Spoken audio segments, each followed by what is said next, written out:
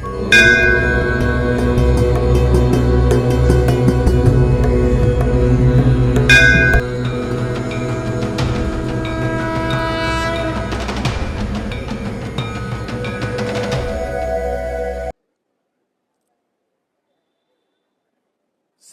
సమారంభం శంకరాచార్య మధ్యమం విధుశేఖర భారతి పర్యంతం వందే గురు పరంపరం.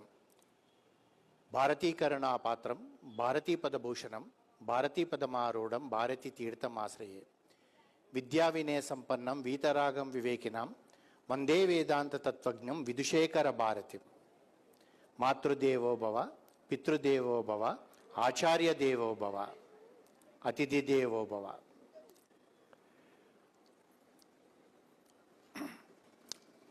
ఈరోజు మనం ఇక్కడ అందరం కలిసి ఈ కార్తీక మాస వైశిష్టం గురించి తెలుసుకోవడానికని వచ్చాము. అయితే ఈ కార్తీక మాస వైశిష్టం కన్నా ముందు మనకు ప్రతి సంవత్సరం అనుకోండి మన కాలంలో 2 ఆయనాలు ఉంటాయి. ఒకటి దక్షిణాయనము, ఒకటి ఉత్తరాయణం అని. ఉత్తరాయణమేమో సంక్రాంతి నుంచి మొదలుపెట్టి ఆషాఢ పౌర్ణమి వరకు ఉత్తరాయణ పుణ్యకాలం అంటారు. ఆషాఢ శుక్ల పౌర్ణమి నుంచి తిరిగి సంక్రమం వచ్చే వరకు దక్షిణాయన పుణ్యకాలం అంటారు. అయితే ఇందులో ఒకటి ఏంటంటే మనకు ఒక అపోహ ఉంది. ఏంటంటే ఉత్తరాయ పుణ్యకాలమే విశిష్టమైనది, దక్షిణాయన పుణ్యకాలం కాదనుకుంటారు. కారణం ఏంటంటే భీష్మాచార్యులకు ఒక వరం ఉంది, తన తండ్రి ఇచ్చింది. నువ్వు ఎప్పుడు అనుకుంటే అప్పుడే నీకు మృత్యు వస్తుందని. అయితే తను యుద్ధంలో పడిపోయినప్పుడు అంపశయ మీద ఉన్నప్పుడు కృష్ణుడితో ఏమంటాడంటే, నీ ఉత్తరాయ పుణ్యకాలం వచ్చినాకనే నా ప్రాణాన్ని వదులుతానంటాడు. దాన్ని మనం అలా తీసుకున్నాం. కానీ మీరు చూస్తే ఉత్తరాయ పుణ్యకాలంలో అన్ని శుభముహూర్తాలు ఉంటాయి, శంకుస్థాపనలు చేస్తారు, వివాహాలు చేస్తారు, కుంభాభిషేకాలు చేస్తారు. కానీ దక్షిణాయ పుణ్యకాలంలో మొదలుపెట్టినప్పుడు ఎలా ఉంటుందంటే, మీకు ఆషాఢ శుద్ధ పౌర్ణమి రోజు గురు పౌర్ణిమ మొదలవుతుంది. ఆ 15 రోజుల తర్వాత మనకు శ్రావణ మాసం వస్తుంది. ఈ శ్రావణ మాసంలో ఏంటంటే పూర్తిగా శ్రావణ మాసం అంతా కూడా ఆ పరమేశ్వరుడికి ప్రీతి కొరకు మనము పూజలు చేస్తాం. పరమేశ్వరుడికి ఒక్కరి కొరకేనా అండి అంటే కాదు. ఆ శ్రావణ మాసంలో అమ్మవారి గురించి కూడా మనం ప్రార్థన చేస్తాం. వరలక్ష్మి వ్రతం వస్తుంది. ఆ వరలక్ష్మి వ్రతంలో మనం ఎందుకు అమ్మవారిని పూజ చేస్తాం? అదొక్కటే నాండి అంటే కాదు. అప్పుడు కూడా శ్రీ మహావిష్ణు అవతారమైన హయగ్రీవ జయంతి వస్తుంది శ్రావణ పౌర్ణమి రోజు. ఆ తర్వాత మనం చూసుకుంటే ఏమొస్తుంది, మనకు భాద్రపద మాసం వస్తుంది. భాద్రపద మాసంలో గణేష్ నవరాత్రి ఉత్సవాలు జరుగుతాయి. ఈ గణేష్ నవరాత్రి ఉత్సవాల తర్వాత మనకు వచ్చేది ఏంటంటే ఒక ముఖ్యమైన పక్షం, మహాలయ పక్షం అంటారు. అంటే ఈ మహాలయ పక్షంలో మనము మన దేవతల కొరకు, దేవుళ్ళ కొరకు ఎన్ని రకాలుగా మనం పూజలు చేస్తామో, ఈ మహాలయ పక్షంలో మన పితృల కొరకు కూడా అంతే శ్రద్ధతోటి పూజలు చేస్తాం మనం. అయితే మనకి ఇంకా దక్షిణ భారతంలో మనకు అంతగా శ్రద్ధ మనకు కనబడదు. మీరు ఉత్తర భారతంలోకి వెళ్తే ఈ మహాలయ పక్షాలలో శ్రాద్ధ దిన్ అంటారు. ఈ శ్రాద్ధ దిన్ అనేటప్పుడు ఆ 15 రోజులు వాళ్ళు క్షౌరం కూడా చేయించుకోరు. అసలు ఒక చిన్నది ఏదైనా కొత్త వస్తువు కొనుక్కోరు.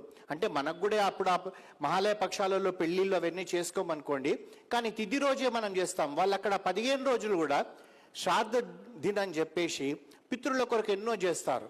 అంటే ఒక పక్కన మన దక్షిణ పుణ్యకాలంలో దేవతలను పూజ చేస్తున్నాము, తర్వాత పితృలను పూజ చేస్తున్నాం.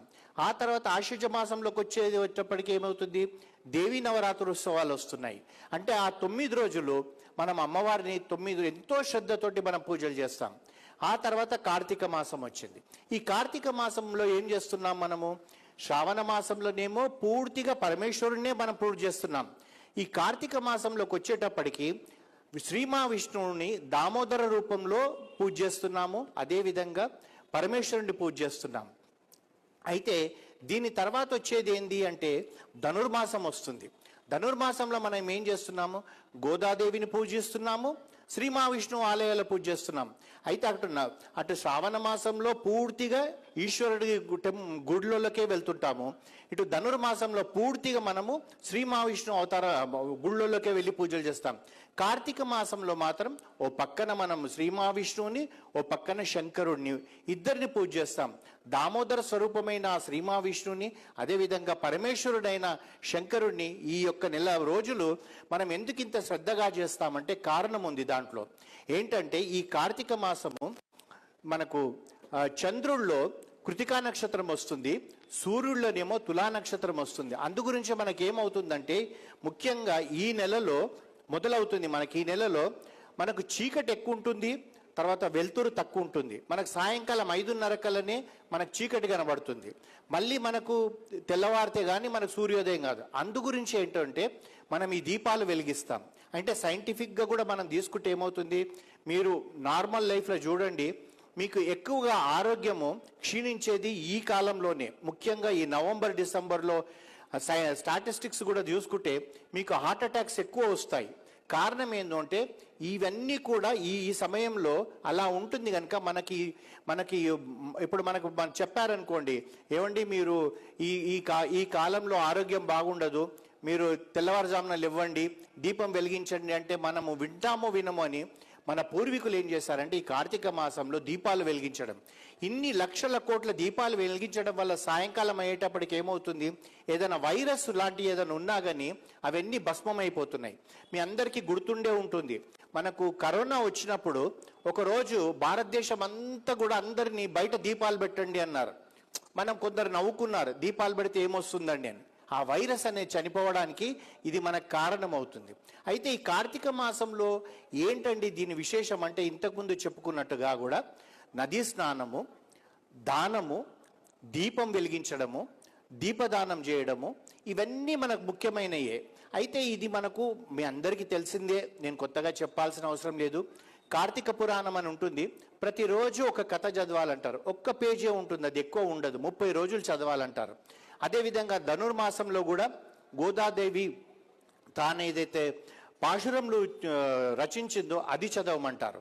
ఈ కారణం ఏంటంటే మనకు భక్తి అనేది కాకుండా మనము ఒక దీపం పెడుతున్నాము, ఆ దీపానికి కారణం ఏంటిది, దీపం ఎందుకు వెలిగిస్తుంది, మన జీవితాలలో మనం ఎలా వెలిగించుకోవాలి.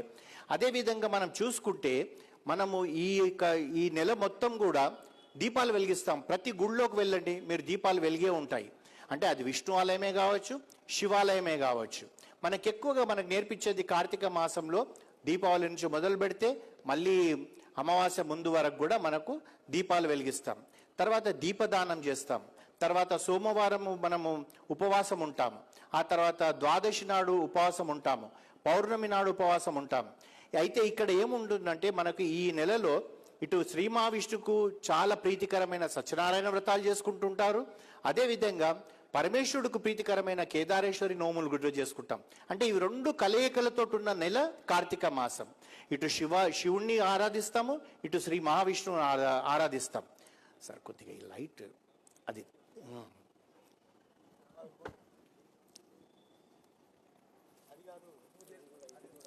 అది ఇది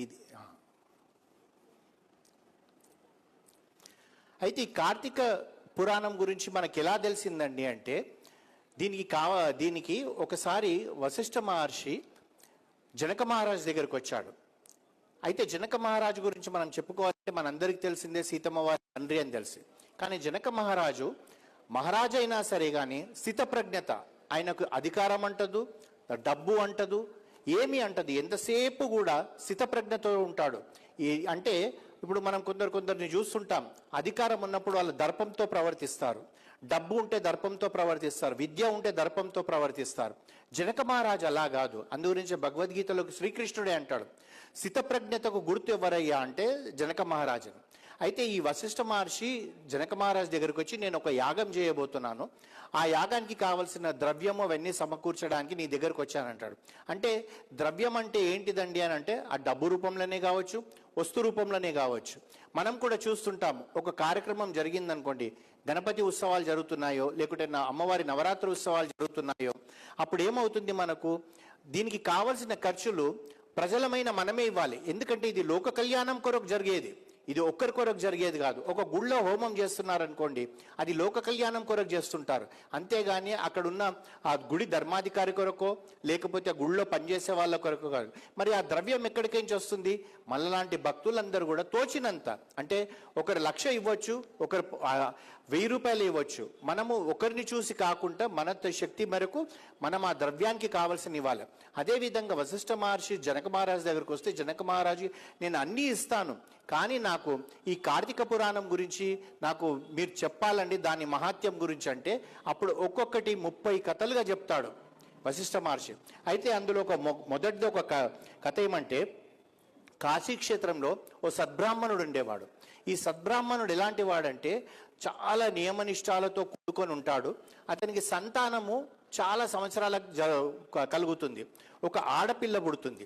ఆడపిల్ల ఎలా ఉంటుందంటే, ఎంత ఆ అమ్మాయికి ఉన్నంత అందము ఆ కాశీనగరంలో ఎవరికి కనబడదు. కానీ దురదృష్టం ఏంటంటే, ఆ అమ్మాయి వయసు వచ్చిన కొద్దీ విచ్చలవిడితనంగా ఉండేది.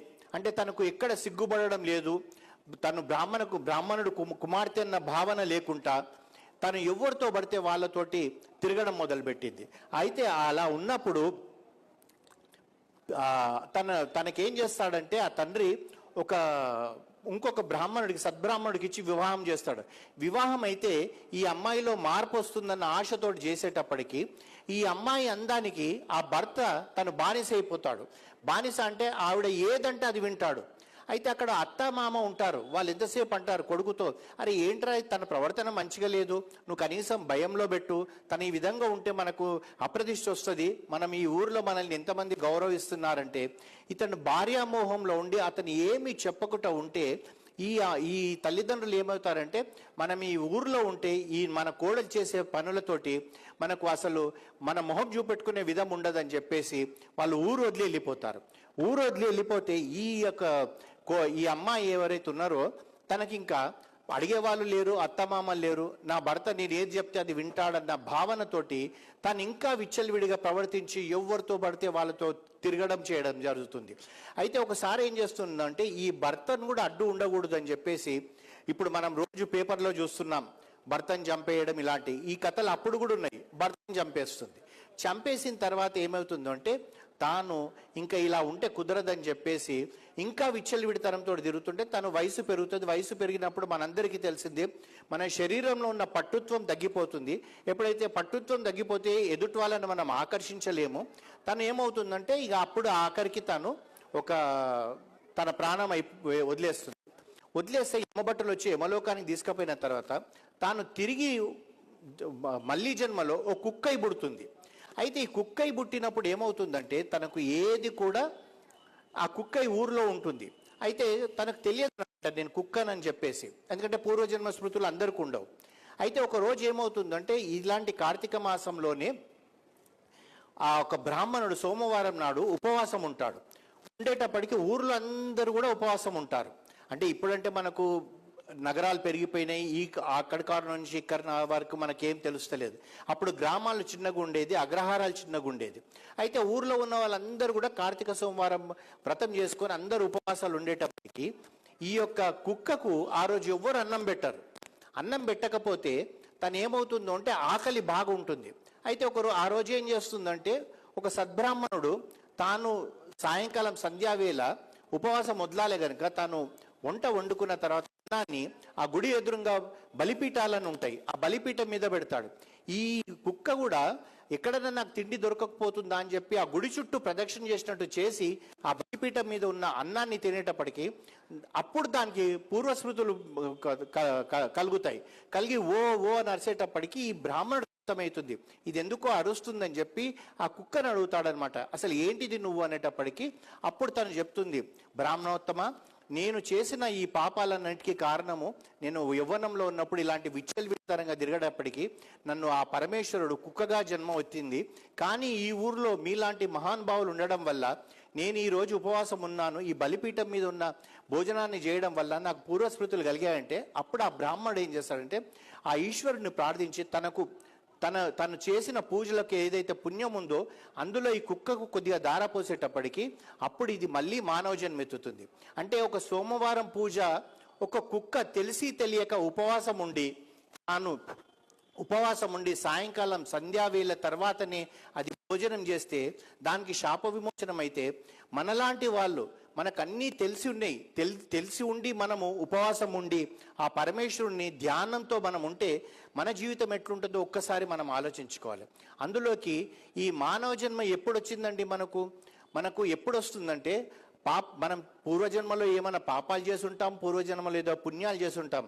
పాపపుణ్యాలు సమానమైనప్పుడే ఆ పరమేశ్వరుడు అనుకోండి, శ్రీహరి అనుకోండి, మళ్ళీ మనకు మానవ జన్మ ఇచ్చి మనకేం చెప్తున్నారంటే, ఈ జన్మలో నువ్వు అన్ని మంచి కార్యాలు చెయ్యి, ఈ కార్యాలు చేస్తే నీకు మళ్ళీ తిరిగి ఉత్తమమైన జన్మ వస్తుంది. ఆ ఉత్తమమైన జన్మలో నువ్వు ఇంకా మంచి కార్యాలు చేస్తే నీకు మోక్షం వస్తుంది.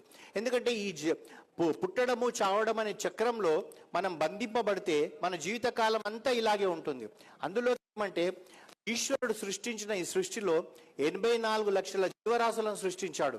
అందులో మనిషి ఒకడు. అంటే ఒక కుక్కకు జన్మ ఇచ్చాడు, సృష్టించాడు, ఒక పందిని ఇచ్చాడు, ఒక పురుగునిచ్చాడు, ఒక కీటకాన్ని ఇచ్చాడు. మనం రకరకాల ఉన్నాయి, మనకు తెలియదు. మనం ఇప్పుడు మా అందరికీ తెలుసు అనుకుంటాను నేను, మీరు శ్మశానంకు వెళ్తే భూమిలో కొన్ని కీటకాలు ఉంటాయి. ఆ కీటకము చనిపోయిన శవాన్ని మాత్రమే తింటుంది, బ్రతుకున్న దాన్ని తినదు.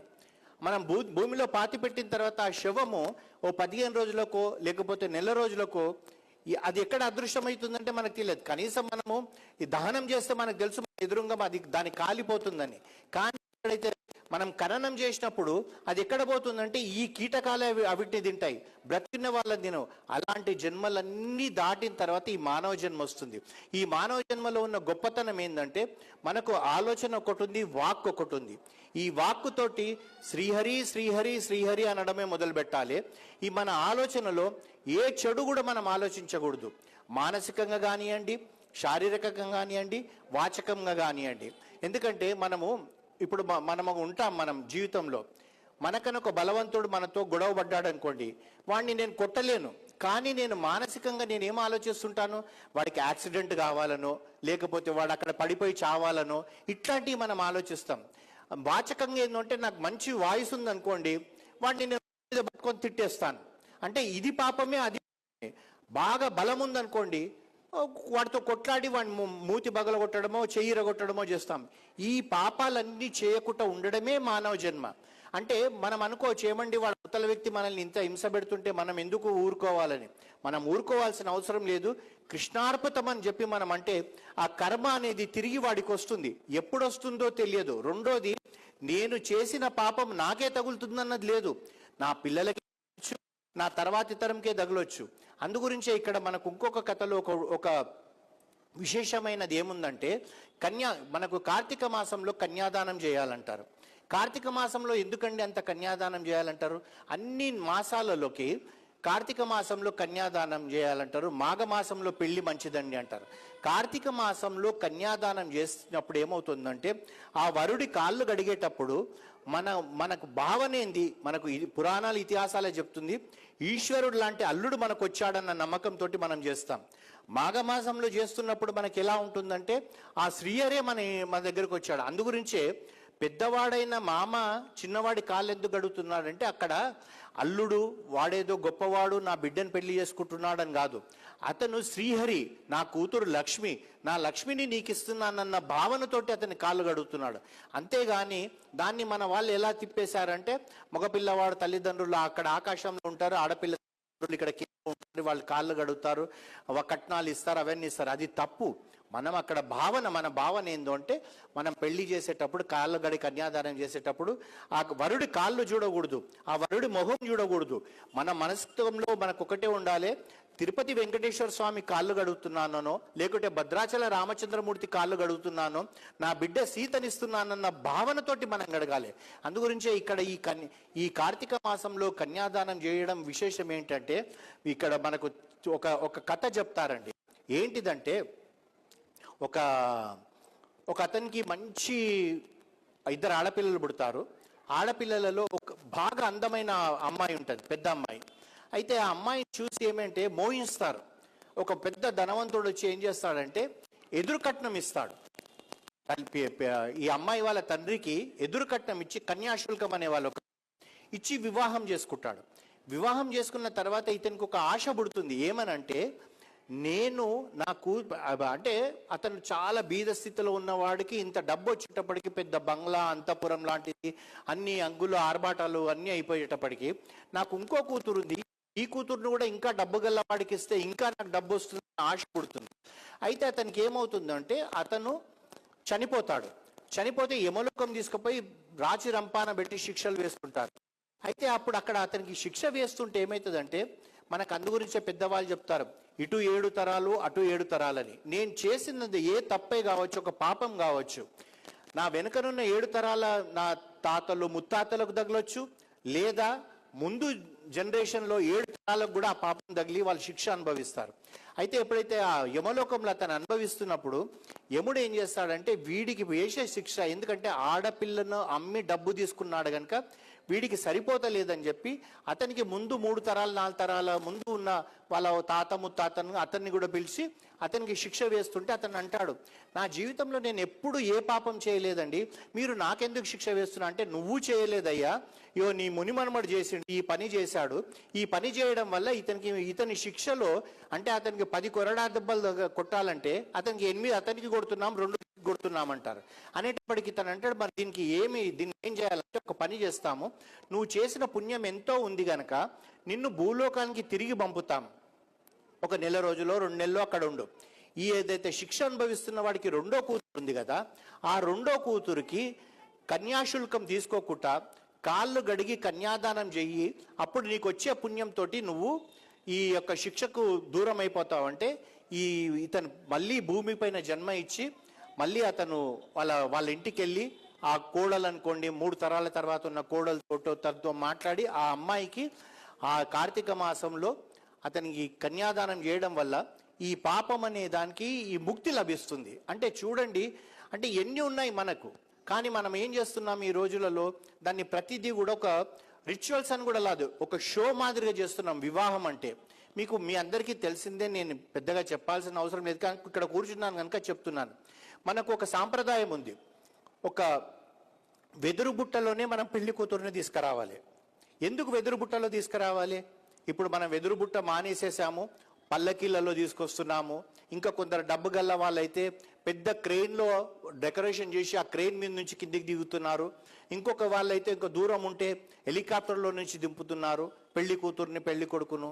కానీ పెళ్లి కూతురును వెదురు బుట్టలోనే ఎందుకు తీసుకురావాలంటే, మీరు చూడండి, మీ అందరికీ తెలిసిందే, మనం వెదురు ఒక మొక్క ఉంటుంది, మనం బ్యాంబో అంటాం కదా, ఆ వెదురు వచ్చేదే బ్యాంబో నుంచి. ఆ వెదురు బ్యాంబో ఒక్కటి మీరు నాటండి మీ ఇంట్లో, 5 సంవత్సరాల తర్వాత చూడండి మీ కాంపౌండ్ వాళ్ళంతా వెదురు పెరిగిపోతుంది. అంటే మనం ఇచ్చే మన అమ్మాయిని, మన వియ్యంకుడి ఇంటికి మనం అమ్మాయిని ఇస్తున్నప్పుడు ఆ వెదురు మాదిరిగా సంతాన ఉత్పత్తి కొరకు మనం పంపిస్తున్నాం. అంటే నా బిడ్డ నా వియ్యంకుడి ఇంటికి పోయి వాళ్ళ వంశాన్ని అభివృద్ధిలోకి తేవాలంటే అప్పుడు ఏం చేయాలి? నా బిడ్డకు ఒక కొడుకు పుట్టాలి, నా బిడ్డకు ఒక కూతురు పుట్టాలి. ఆ వెదురు మాదిరిగా అవుతుంది కనుకనే వెదురు బుట్టలో పెట్టి లక్ష్మీ అమ్మవారన్న భావనతోటి మనం తీసుకుంటున్నాం. అంటే ఇప్పుడు చాలా తగ్గిపోయింది ఈ వెదురు బుట్టలో తీసుకురావడం, ఇవన్నీ కూడా రకరకాలుగా తెస్తున్నారు. అలా కాదు, ఆ సాంప్రదాయాన్ని అలాగే పెట్టాలి. ఇప్పుడు మనం చాలాసార్లు చూస్తుంటామండి, అంటే ఇప్పుడు మీ అందరికీ తెలిసింది, ఇక్కడ ఉన్న వాళ్ళందరూ అమ్మలే. మన ఇంట్లో నా కూతురు పెద్దదైంది అనుకోండి, నాకు డబ్బు ఉంది కదా అని నేను వేరే విధంగా చేయను, ఆ గొంగళ్ళనే ఎందుకు కూర్చోబెడతాం? కారణం ఉంది. ఆ రోజులలో ఏమి తినాలో ఏమి తినకూడదని ఎందుకు చెప్తాము? కారణం ఉంది. సైంటిఫిక్గా కూడా కారణం ఉంది. అంటే ఏ నక్షత్రంలో అయ్యిందో కారణం ఉంది, దానికి మనం శాంతి చేయించడం కారణం ఉంది. ఇవన్నీ మనం వదిలేసి ఏమైపోయామంటే, అంటే బాగా డబ్బు రావడం వల్ల మనం మన యొక్క సాంప్రదాయాలను పక్కకు జరిపేసి నా దగ్గర ఇంత ఉంది అని చూపెట్టుకోవడానికి చేస్తున్నాం. అలా చేయకూడదు. మనం పరమేశ్వరుడు మనకిచ్చిన అవకాశాన్ని ఏం చేయాలి, దాన్ని ఏ విధంగా మనం సద్వినియోగపరచుకోవాలి. మనకు డబ్బు ఇచ్చాడు, మనకు వాక్ ఇచ్చాడు. ఇంతకుముందే నేను చెప్పాను వాక్ ఇచ్చాడని. అయితే మనకు ప్రతిరోజు 24 గంటల సమయం ఈశ్వరుడు ఇచ్చినప్పుడు మనం ప్రతిరోజు గంటకు ఒక 2 నిమిషాలు మనం కేటాయిస్తున్నామా? గంటకు 2 నిమిషాలు అంటే మీ 24 గంటలలో ఎంత అవుతుంది?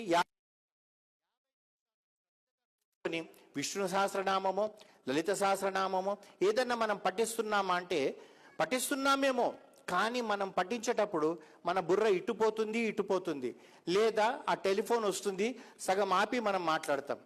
మనం గుడికి వెళ్తున్నాం, ఈ మధ్యన చూస్తున్నాం గుళ్ళో కూడా ప్రదక్షిణ చేసేటప్పుడు కూడా ఫోన్ మాట్లాడుతున్నారు. మనం ఒక 20 సంవత్సరాల క్రితం మనం ఫోన్ లేనప్పుడు ఎలా ఉన్నాం?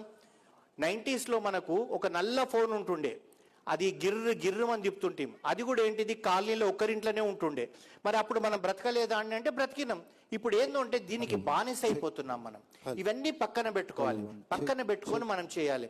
ఇప్పుడు మనకి ఇక్కడ దీపదానం అంటున్నారు.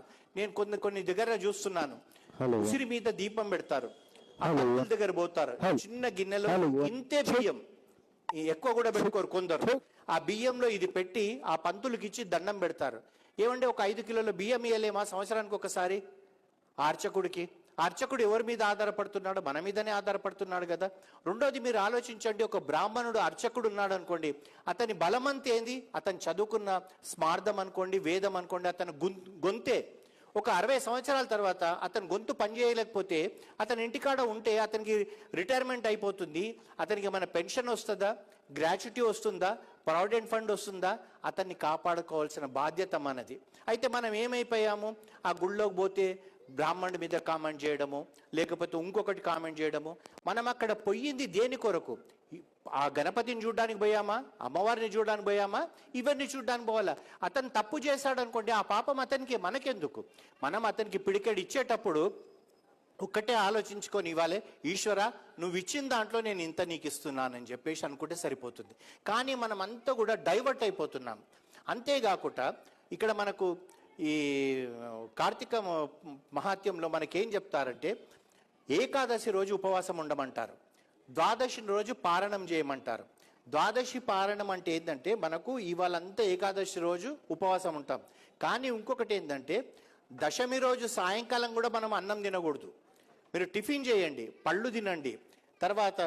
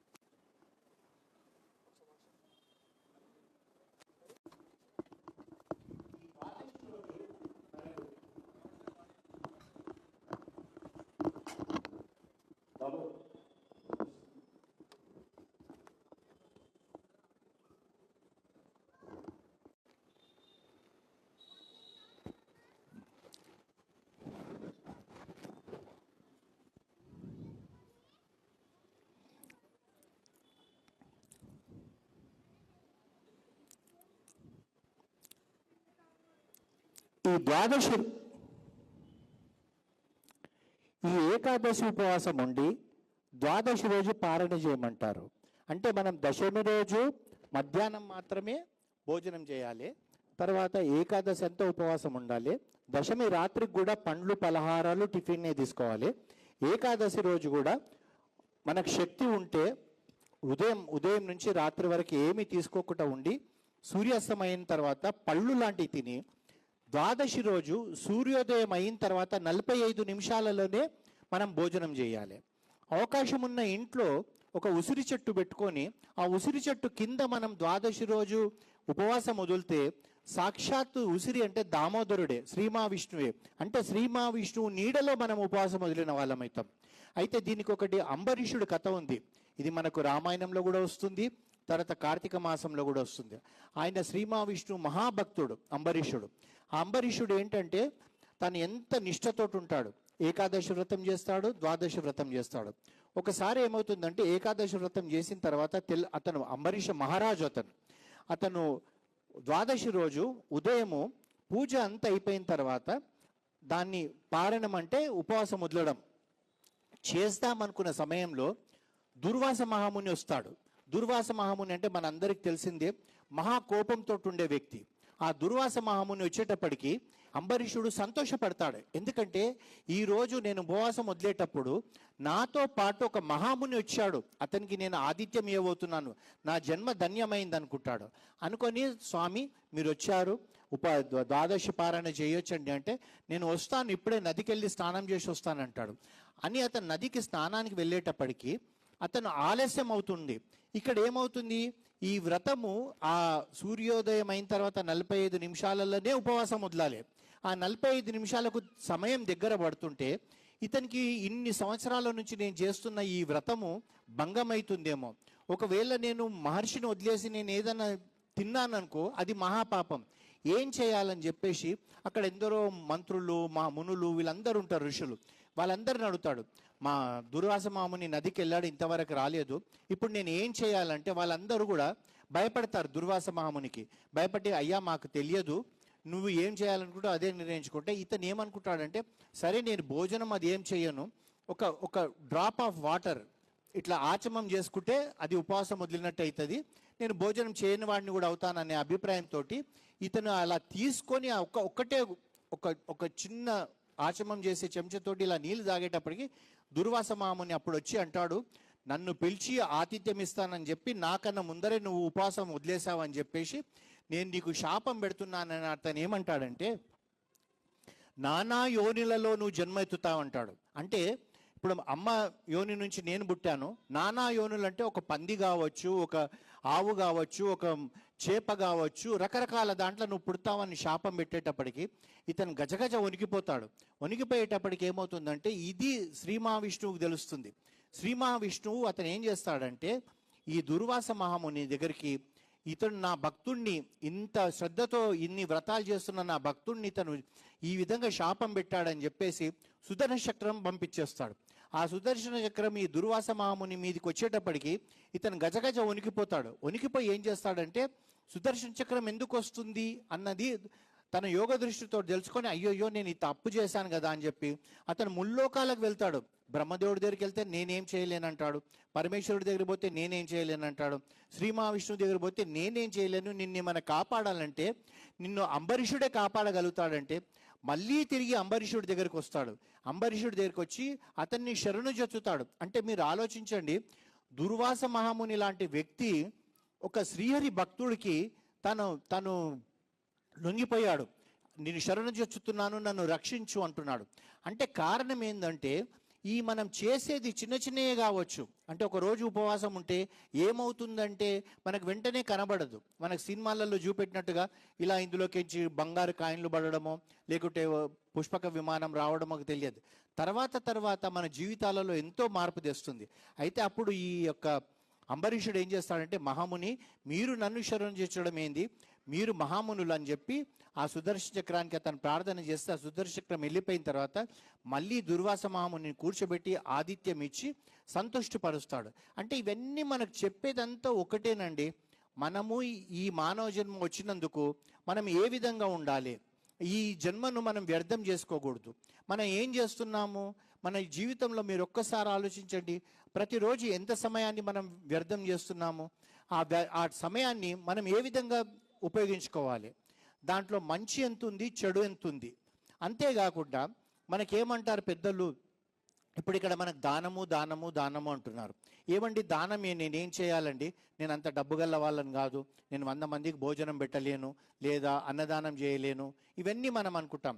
మీరు అనుకోవడంలో తప్పు లేదు, కానీ ఇక్కడ ఉన్న వాళ్ళందరూ కూడా స్త్రీమూర్తులు ఉన్నారు. మీ అందరికీ నేను ఒక చిన్న విషయం చెప్తానండి. మీరు ప్రతిరోజు వంట వండుతారు కదా, భర్త కొరకే ఉండొచ్చు, పిల్లల కొరకే ఉండొచ్చు. మీరు కుక్కర్లో బియ్యం పోసేటప్పుడు ఒక పిడికెడు బియ్యం ఇంకొక ఖాళీ డబ్బాలో వేయండి. వారం తర్వాత చూడండి అది ఒక కేజీ అవుతుంది. ఆ 1 కేజీ బియ్యాన్ని మీరు ఆ రోజు పులిహోర అయినా చేయండి, లేదా సాంబార్ రైస్ అయినా చేయండి, లేదా మజ్జిగన్నమన్నా చేసి ఓ గుడి దగ్గర పోయి నలుగురికి తినిపియండి. ఆ 12 గంటలకు ఆకలితున్న వ్యక్తికి మనము అన్నం తినిపిస్తే అతను తృప్తి పడితే ముందు తరాలకు మీ పిల్లలకు ఏ రోజు అన్నంకు తక్కువ ఉండదు. రెండోది ఏమంటే, ఏ దానంలో కన్నా కూడా శ్రేష్టమైనది అన్నదానం అని ఎందుకంటారంటే, మీరు ఒక్కసారి ఆలోచించండి. మనమే ఒక దగ్గరికి పోయాం, ఒక పెళ్లికే పోయాం, లేదా ఒక విందుకే పోయాం, మనం ఎంత తింటాము? మన స్నేహితుడు ఎదురుగా ఉంటాడు అనుకుందాం, మనకు ఒక ముద్ద పెడతాడు, 2వ ముద్ద పెడతాడు, 3వ ముద్దకు వచ్చేటప్పటికి చాలా నిండిపోయిందిరా, ఇంకా నేను తినలేనంటాను. అంటే అన్నదానంలో ఉన్నది ఏంటంటే తృప్తి, ఇంకా సరిపోయింది నాకంటారు. దానికి బదులుగా నా స్నేహితుడు, అరే నువ్వు మంచి ప్రవచనం చెప్పావయ్యా, నీకు ఒక 100 గజాల ల్యాండ్ నీకు దానం చేస్తానంటే నా ఆలోచన ఎట్లుంటుంది, 100 ఇస్తే ఏం లాభము, 3 రూమ్లే వస్తాయి, కనీసం ఒక 300 గజాలు ఇస్తే ఇంకా బాగా కట్టుకుంటానేమో అనుకుంటాను. లేదా అతను నాకు ఒక వస్త్రం ఇచ్చిండు అనుకో, ఏంటబ్బా కాటన్ ఇచ్చాడు, అంత దూరంకి వచ్చి నేను ప్రవచనం చెప్పాను, ఓ పట్టు తీస్తే ఏం పోతుంది అంటారు. పట్టు తీస్తే జరి అంచు బాగలేదన్న ఆలోచన ఉంటుంది. అదే మనకు అన్నదానం చేసేటప్పుడు పచ్చడన్నమైనా సరే 4 ముద్దల తర్వాత చాలమ్మ అంటాం, కడుపు నిండిపోతుంది. అందు గురించే మనము అవకాశం మనకి జీవితంలో ఇచ్చారు. మీరు ఎక్కువ ఏమి చేయలేరండి, వారానికి ఒక 4గురికి, నెలకు ఒక్కొక్కరికి. అంతేకాకుండా మీరు ఒక్కసారి ఆలోచించండి, మీరు రోజుకొక రూపాయి, నెలకి ఎంత అవుతుంది, 30 రూపాయలు, సంవత్సరానికి ఎంత అవుతుంది, 360 రూపాయలు. ఆ 360 రూపాయలు ఒక గోవుకి తీసుకెళ్ళి మీరు దానికి గడ్డి పెట్టండి. ఈ కార్తీక పురాణంలో మనకి ఇది కూడా చెప్తారు, ఆంబోతును ఊరు మీద వదలమంటారు. మీరు పల్లెలలో ఉంటుంది, ఇప్పుడు మన దగ్గర కనబడతలేదు. ఆంబోతు అంటే ఏంది, మొగ ఆవు. ఆ ఆంబోతుకి ఏం చేస్తారంటే దానికి ఒక వేడిది ఒక స్టాంప్ లాంటిది వేసి ఇది ఊరి మీద వదులుతున్నామంటారు. ఎందుకండి ఆంబోతును ఊరి మీద వదలడం అంటే, సంతతి పెరగాలంటే ఆంబోతు ఉండాలి, ఆంబోతు లేకుంటే గోసంతతి పెరగదు. గోసంతతి పెరగడం వల్ల ఏమవుతుంది, మనకు ప్రకృతిలో మనకి ఇంబ్యాలెన్స్ కాకుండా ఉంటుంది, మనకు బ్యాలెన్సింగ్గా ఉండాలి. ఇప్పుడు ఇదొక్కటేనా అంటే ఒక సింహం కూడా అవసరమే, మనకు ఒక గోవు కూడా అవసరమే. కానీ గోవు వల్ల మనకేంది, ఎన్నో ఉపయోగాలు ఉన్నాయి. కనుక ఊర్లలో ఆంబోతును ఊరి మీద వదిలేసేటప్పటికి తాను ఆ సమయం వాళ్ళకు మనుషులకు తర్వాత ప్రకృతిలో ఉన్న వేరే అన్నిటికీ కూడా తేడా ఏంటిదంటే, ఈశ్వరుడు మనకి ఇంతకుముందు చెప్పుకున్నట్టు కూడా జ్ఞానం ఇచ్చాడు. ఈ జ్ఞానం వల్ల నేనేం ఆలోచించాలి అంటే, నేను 360 రోజులు 24 గంటలు నాకు ఎప్పుడంటే అప్పుడు కామ దృష్టితో నేను ఎవరినన్నా చూడగలుగుతాను, కామం కొరకు వెళ్ళగలుగుతాను. కానీ జంతువులు అలా కాదు, దానికి ఒక సీజన్ లాంటిది ఉంటుంది. ఆ 2 నెలలు 4 నెలలే అవి సంతానోత్పత్తికి పనిచేస్తాయి. అయితే మనకి ఈ ఆలోచన ఇచ్చి ఏం చెప్తున్నాడు పరమేశ్వరుడు, ఒరే నీకు నేను ఆలోచన ఇచ్చాను, నువ్వు 365 రోజులు కూడా నువ్వు కామదృష్టితో చూడడానికి నీకు అవకాశం ఉన్నా, నువ్వు అలా చేయకూడదు అంటాడు. అందు గురించి ఏంటంటే, ఇంతకుముందు మీరు చూసుకుంటే ఒక రాముడు ఒక్క సీతని ఎందుకండి, రాజు అతను, వాళ్ళ తండ్రి దశరథ మహారాజుకు 350 మంది రాణులు ఉండే, రావణాసురుడికి 3500 మంది. పోనీ అప్పుడే కాదండి, శ్రీకృష్ణదేవరాయలనే చూసుకోండి, 8 మంది భార్యలు. మరి రాముడే ఒక్క భార్యతో ఎందుకున్నాడంటే, ఒక మానవుడు ఏ విధంగా ఉండాలని. దాన్ని అంటారు కదా వివాహం సమయంలో ధర్మేచ అర్ధేచ కామేచ మోక్షేచ అంటారు. అంటే ధర్మంతో కూడుకున్న సంపద నీకు ఉండాలి, ధర్మంతో కూడుకున్న కామం ఉండాలి. అంటే కోరికలు, స్త్రీ మీదనే కోరిక కావచ్చు, లేదా మనం ఏం చేస్తున్నాము, ఇప్పుడు నా ఇల్లు చిన్నదైనా పర్వాలే, మా పక్కింటి వాళ్ళ ఇంట్లో 55 ఇంచెస్ టీవీ ఉంటే నేను 55 పెట్టుకోవాలి, పట్టకపోయినా అందులో ఇరికిస్తాను, అవసరమా అని కూడా లేదు, దాని కొరకు ఇన్స్టాల్మెంట్లు కడతాను, లేని ప్రాబ్లమ్స్ తెచ్చుకుంటాను. మన కామం అంటే ఏంది, కోరిక, ఎంత ఉండాలో అంతనే ఉండాలి. తర్వాత ఏంది, ఈ 3 కరెక్ట్గా ఉంటే నీకు మోక్షం అనేది వస్తుంది. అయితే మనకి ఈ ప్రకృతిలో సంతాన ఉత్పత్తి కొరకే ఆంబోతును ఊరు మీద వదిలేవాళ్ళు. ఆ ఆంబోతు ఊర్లో తిరగడం వల్ల ఏంటంటే గోవులు పెరిగేది. ఇప్పుడు పల్లెలలో చూడండి, మనకు గోవులు కనబడతలేవు. ఇప్పుడు ఏం చేస్తున్నాం, మనము గోశాలలలో వెళ్ళి చూస్తున్నాం. ఓ గోవు గడ్డి పెట్టాలంటే పల్లెలలో కూడా దొరకలేదు. పల్లెలలో దొరికే గోవులు కూడా ఏంది, మన యొక్క నాటు జాతి కాకుండా ఏ ఆస్ట్రేలియా బీడ్స్ లేకపోతే ఆఫ్రికా కనబడుతున్నాయి మనకి. ఎందుకంటే మనకు పాలు ఎక్కువ కావాలి, అమ్ముకోవాలి, డబ్బు చేయాలి, ప్రతిదీ మనం డబ్బు మీదనే మన కాన్సన్ట్రేషన్ అవుతుంది. అలా కాకుండా ఉండాలంటే ఇవన్నీ కూడా మనకు ఆ ఈశ్వరుడు మనకి ఈ కథలలో నేర్పిస్తున్నాడు. అందు గురించి ఏంది, ఎర్లీ మార్నింగ్ మనకి ఇప్పుడు 4 o'clockకే మనల్ని నిద్రలేవమంటాడు. చుక్కలు ఉన్నప్పుడే దీపం పెట్టమంటున్నారు. ఏంటిది, కార్తీక మాసంలో. ధనుర్మాసంలో కూడా అంతే, 4 గంటలకు లేచి నువ్వు అమ్మవారికి పూజ చేసుకొని పొంగల్ వండి నైవేద్యం పెట్టమంటున్నారు. మీరు అనొచ్చు, ఇంతకుముందు మీరు అన్నారు కదండి, ఈ చలికాలంలోనే హార్ట్ అటాక్స్ వస్తాయి, ఆరోగ్యాలు బాగుండాయని. మరి ఎందు గురించి చలికాలంలోనే మనం స్నానాలు చేయాలంటే, ఇప్పుడంటే మనకు వేడి నీళ్ళు వచ్చాయి, కానీ పూర్వకాలంలో నదుల్లోకి వెళ్ళి, ఊర్లో నది ఉంటుండే, వాగు ఉంటుండే, స్త్రీ పురుషులు ఇద్దరు కూడా అక్కడ పోయి స్నానం చేస్తుండే. చల్లనీళ్ళల్లో చేయడం వల్ల మనలో వేడి అనేది ఉత్పత్తి అయ్యి మనకి ఏ రోగము లేకుండా మన ఆరోగ్యం సక్రమంగా ఉంటుందని చెప్పారు. ఇప్పుడు మనం ఏమైపోయాము, ఎంతమంది చేస్తున్నారు, చుక్కలు ఉన్నప్పుడే స్నానం చేసి దీపం పెడుతున్నారు. మనల్ని మనం ఆలోచించుకోవాలి. ఇది ఏది కూడా మన కొరకే మనం చేస్తున్నాం, పక్కింటి వాళ్ళ కొరకు చేస్తలేం. నేనే ఉన్నానండి, తిరుపతికి వెళ్ళాను, వెంకటేశ్వర స్వామి దర్శనం చేసుకొని నేను ఇంత పెద్ద చిట్టా తీస్తాను, స్వామి నా కొడుకుకి ఇది కావాలని, స్వామి నా బిడ్డకి ఇది కావాలి, నా మనమడికి ఇది కావాలి, నా మనమరాలకి ఇది కావాలని అంతే చెప్తాను. కానీ మా పక్కింటి ఆయన ఆరోగ్యం బాగాలేదండి, ఆయన కొరకు నువ్వు మంచిగా చూడు స్వామి అని అనను నేను. ఎందుకంటే నేను నా కొరకు చెప్తున్నప్పుడు నేను ఎందుకు సక్రమంగా ఉండకూడదు, నేను ఎందుకు నిజాయితీగా ఉండకూడదు, నేనే నా కొరకే ఆలోచిస్తున్నాను కదా. వెళ్ళాలి అక్కడికి 4 4ంటికి స్నానం చేయడం. ఆ స్నానం చేయడం వల్ల ఏముంటుందన్నది మనకు అన్ని నేర్పిస్తుంది. రామచంద్రమూర్తి 11,000 సంవత్సరాలు ఈ భూమి మీద నడియాడి మనకి ఏం నేర్పించాడంటే, గోదావరి నదిలో పంచవటిలో ఉన్నప్పుడు వారు బ్రహ్మముహూర్తంలో లేచి సీతమ్మ వారు, రాముడు, లక్ష్మణుడు ఆ నదికి వెళ్తుంటే ఆ నది దగ్గరికి వెళ్ళేటప్పటికి అక్కడ ఏనుగులు, పక్షులు అన్నీ కూడా వచ్చేది. అయితే ఏనుగు, మీరు ఒక్కసారి ఆలోచించండి, ఏనుగు తొండం అందులో పెట్టి నీళ్లు తీసుకోవాలంటే ఆ తొండం పెట్టి ఇట్లా పైకి అంటుంది, తొండం పెట్టి పైకి అంటుంది. కారణం ఏంటంటే ఏనుగు చర్మం ఎంత లావుగా ఉంటుంది, ఆ చర్మానికే చలి పెడుతుంది. పక్షులు నీళ్లు తాగడానికి వచ్చి ఎగిరిపోతున్నాయి, అంత చలి ఉంది. మరి అలాంటి చల్లగా ఉన్న నీళ్ళల్లో రాముడు, సీతమ్మ, లక్ష్మణుడు స్నానం చేసి సంధ్యావందనం చేశారు. మళ్ళీ మనకు వాల్మీకి మహర్షి మనకు యుద్ధకాండలో చూపెడతాడు, సుందరకాండలో చూపెడతాడు. బ్రహ్మముహూర్తంలోనే లేచేవాడు ఎవడు? రావణాసురుడు. బ్రహ్మముహూర్తంలో లేచిన రావణాసురుడు లేచిన వెంటనే వాడికి అప్పుడే సీతమ్మ వారు గుర్తొస్తుంది, కామంతో హృదయం అంతా పొంగిపోతుంది. మంచిగా పట్టు వస్త్రాలు ధరించేసి అత్తరు పూసుకొని అశోకవనంలో పోయి సీతమ్మ వారిని అనరాని మాటలు అంటాడు. అంటే అక్కడ వాల్మీకి మహర్షి మనకు చెప్పడు రావణాసురుడు చెడ్డవాడు, రాముడు మంచివాడు అని చెప్పేసి.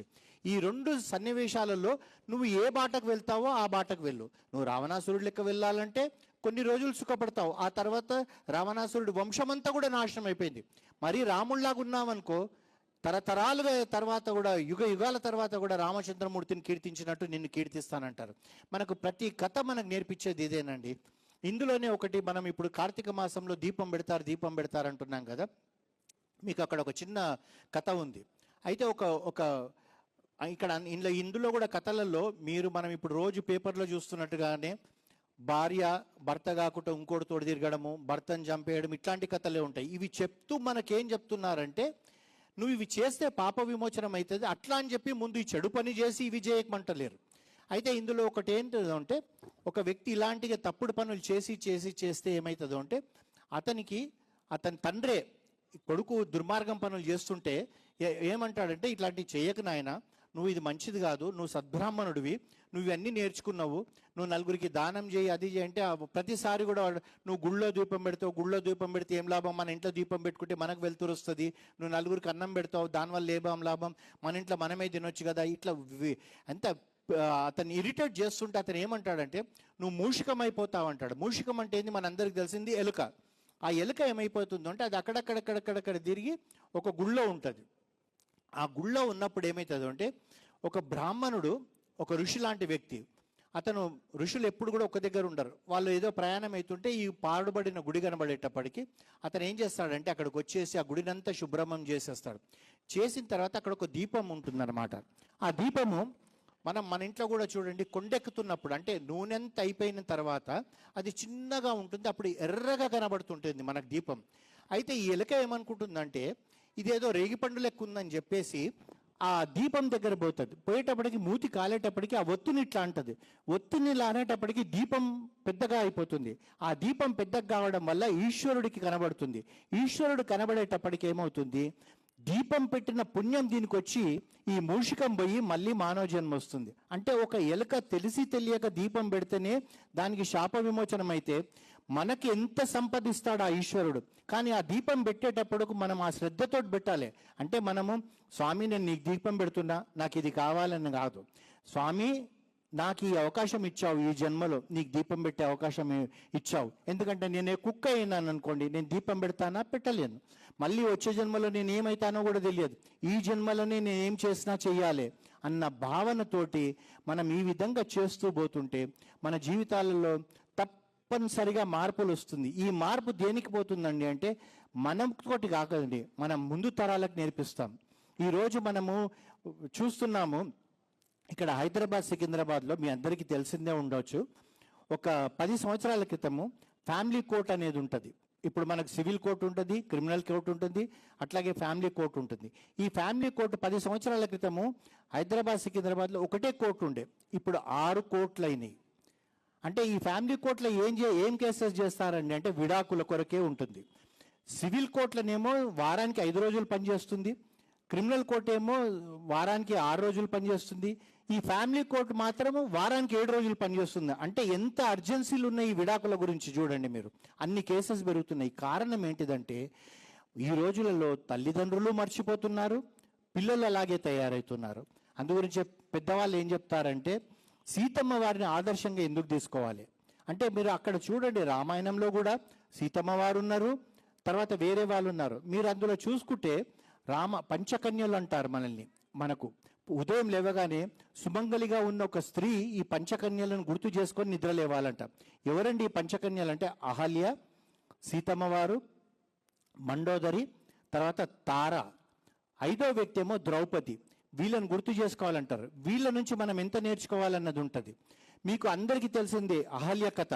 అహల్య ఒక పొరపాటు చేసింది, తెలిసే చేసింది. వచ్చినవాడు ఇంద్రుడు అని చెప్పే అతనితో కలిసింది. కానీ గౌతమ మహర్షి తనకు శాపం పెట్టి పక్షాతాపం చెందేటట్టుగా చూశాడు, కానీ నువ్వు ఈ తప్పుడు పని చేసావు, నీకు విడాకులు ఇస్తున్నానంటలేడు.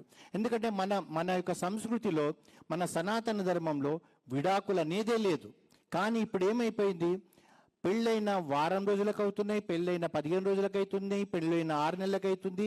వాళ్ళు ఉంటారో ఉండరో అన్నట్టు అయిపోయింది. తల్లిదండ్రులు ఎలా అయిపోయారంటే పెళ్ళయ్యే వరకు కూడా ఒక రకమైన ఆదుర్ద, పెళ్ళైన తర్వాత ఇంకో ఆదుర్ద, వీళ్ళు కలిసి ఉంటారా కలిసి ఉండరా, కలిసి ఉంటారా కలిసి ఉండరా అని. కారణం ఏంటంటే మళ్ళీ ఇక్కడికి వచ్చేటప్పటికి తల్లిదండ్రులే. ఏంటంటే వాళ్ళకు మనం వెళ్ళేటప్పుడు, అత్తగారింటికి వెళ్ళేటప్పుడు మనం నేర్పుతలేం. మీరు చూడండి ఈరోజు సంఘంలో మనం అందరం కూడా మంచిగా ఉండాలంటే మన ఇంటి పక్కన ఉన్న వ్యక్తి కూడా మంచిగా ఉండాలి, మన స్నేహితుడు మంచిగా ఉండాలి, మన బంధువులు మంచిగా ఉండాలి. అంతేగాని మనం ఒక్కరమే మంచిగా ఉంటామంటే మనం అరణ్యంలో ఉండాల్సిందే. వీళ్ళందరికీ కూడా ఏ సమస్యలు ఉండకుండా ఉండాలి. అది మనం ఆలోచించాల్సిందే. చిన్న చిన్న కథలేనండి మనకు స్ఫూర్తిదాయకం అవుతుంది. ఈ అంబరీషుడు గురించి మనం చెప్పుకున్నాం. మన పిల్లలకు నేర్పియాలి ఏమంటే ఏకాదశి నాడు ఉపవాసం ఉండాలి, ద్వాదశి రోజు పారాయణ చేయాలని.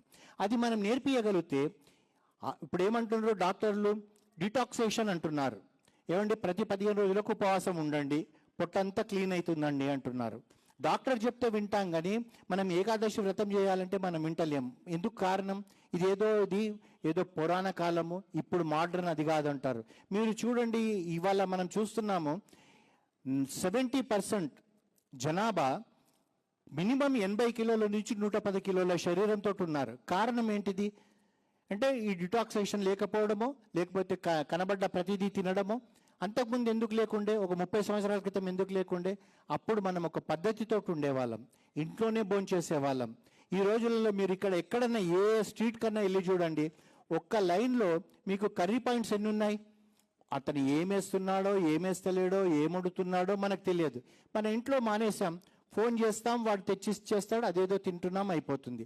ఆరోగ్యం పోతుంది, తర్వాత నీకు నష్టమే అవుతుంది. డబ్బుగా ఎంత నష్టం అవుతుంది. ఒక హాస్పిటల్కు మనం ఏదన్నా వైద్యం కొరకు పోతే హాస్పిటల్ గోడను ఇట్లా టచ్ చేస్తే 10 లక్షలు, 5 లక్షలు, 20 లక్షలు, 30 లక్షలు అవుతుంది.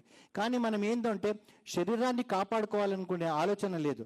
శరీరం కాపాడుకోవాలంటే ఏకాదశి వ్రతం చేయడము చాలా కంపల్సరీ.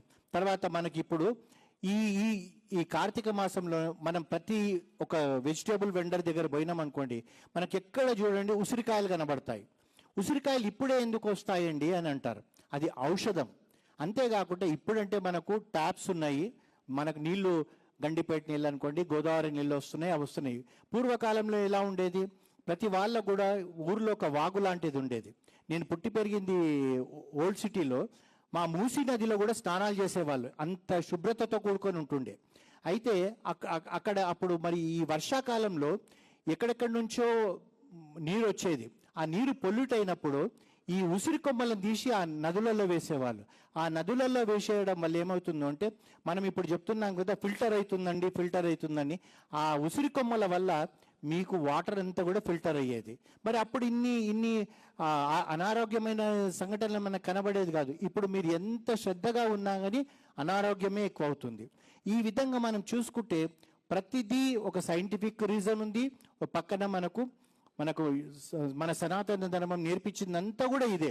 ఇప్పుడు మనం హోమం చేస్తారు, ఇక్కడ హోమం చేసినప్పుడు ఇక్కడ అందరు కూర్చొని ఉంటారు. ఈ హోమం చేసినప్పుడు ఆ ఋత్వికులు వాళ్ళు ఎంత వేదాలు చదివి వాళ్ళు వేస్తారు. అందులో వేసేటి ఏముంది మీరు చూడండి, అందులో వేసేటి అన్నీ కూడా ఈ పొగ ఇక్కడంతా వచ్చేటప్పుడు ఆ పొగ మనం పీల్చుకోవడం వల్ల మన లోపల అనారోగ్యం అనేది అంతా కూడా పోయేది. కానీ ఇవన్నీ కూడా ఇప్పుడు మీరు చెప్తే ఒప్పుకోవచ్చు, ఒప్పుకోకపోవచ్చు. కానీ 70% 80% పీపుల్ ఒప్పుకోవడం లేదు. అంటే ఇక్కడే కాదండి, మన ఒక వ్యవస్థ అంతా కూడా ఈ మాదిరిగానే అయింది. కానీ కనీసం ఇప్పుడు మనమన్నా మన ఇంట్లో పిల్లలకు నేర్పించడం మొదలు పెట్టాలి. ఇది చెయ్యండి, ఇది చేయకూడదని. వినరు పిల్లలు, ఎవరింట్లో అయినా వినరు, మా ఇంట్లో కూడా వినరు. కానీ మనం ఒక్కటికి 4 సార్లు చెప్పడం మొదలు పెట్టాలి. ఓ గుడికి ప్రదక్షిణకు ఎందుకు పోతామండి? మనం ప్రదక్షిణకు పోయినప్పుడు ఆ పరమేశ్వరుడిని ఏం ఆలోచిస్తాం, ఆ శ్రీహరిని ఏం ఆలోచించి ప్రదక్షిస్తాం?